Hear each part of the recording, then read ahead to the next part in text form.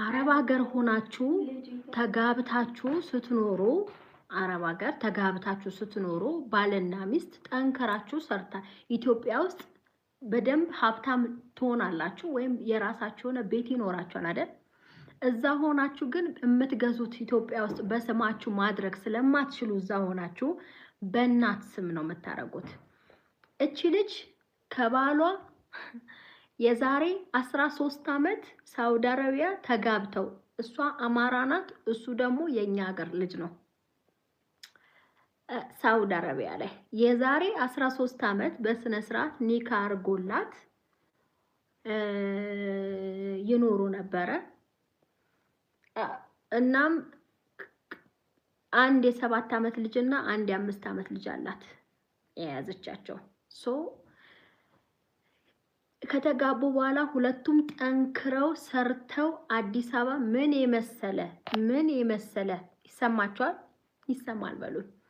ምን የመሰለ ቪላ ቤት አዲስ አበባ ላይ ገዝተዋል።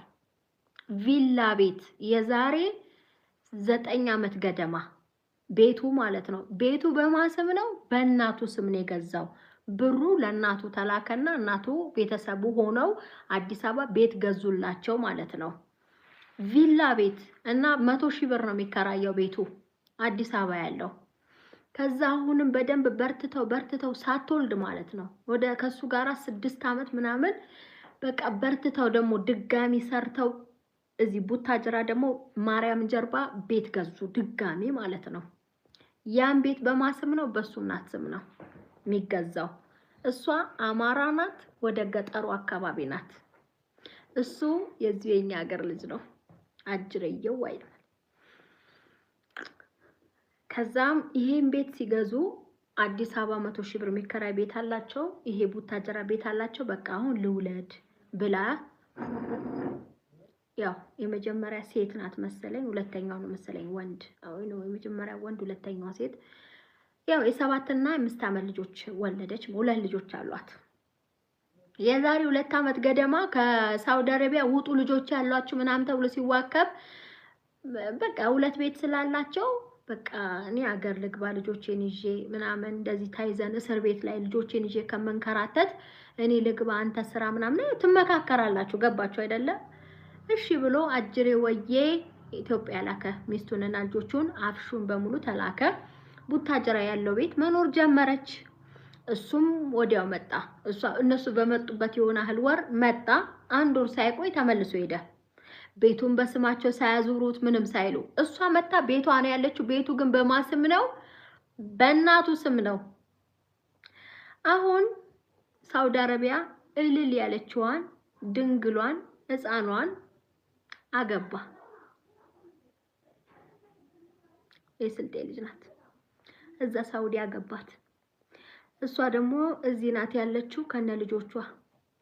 ሲያገባ እንዴት ያገባል ብላ እሪሪ ስትል ቀጥታ የፍቺ ወረቀት ላከ። የፍቺ ወረቀት ላከላት። ሸሪዓ ፍርድ ቤት ተጠራች። ሸሪዓ ፍርድ ቤት ተጠርታ ስትሄድ የፍቺ ነው። ልጆቼስ ቤቴስ ቤት የለሽም፣ ምንም የላትም ልጅቷ። ቤቱ በማስም ነው፣ በእናቱ ስም ነው። የአዲስ አበባው 100 ሺህ ብር የሚከራየው ቤት በእናቱ ስም ነው። እዚህም ማርያም ጀርባ ያለው ቤት በእናቱ ስም ነው። እሷ ከ2 ልጆቿ ጋር ውጪ ቤት የላት።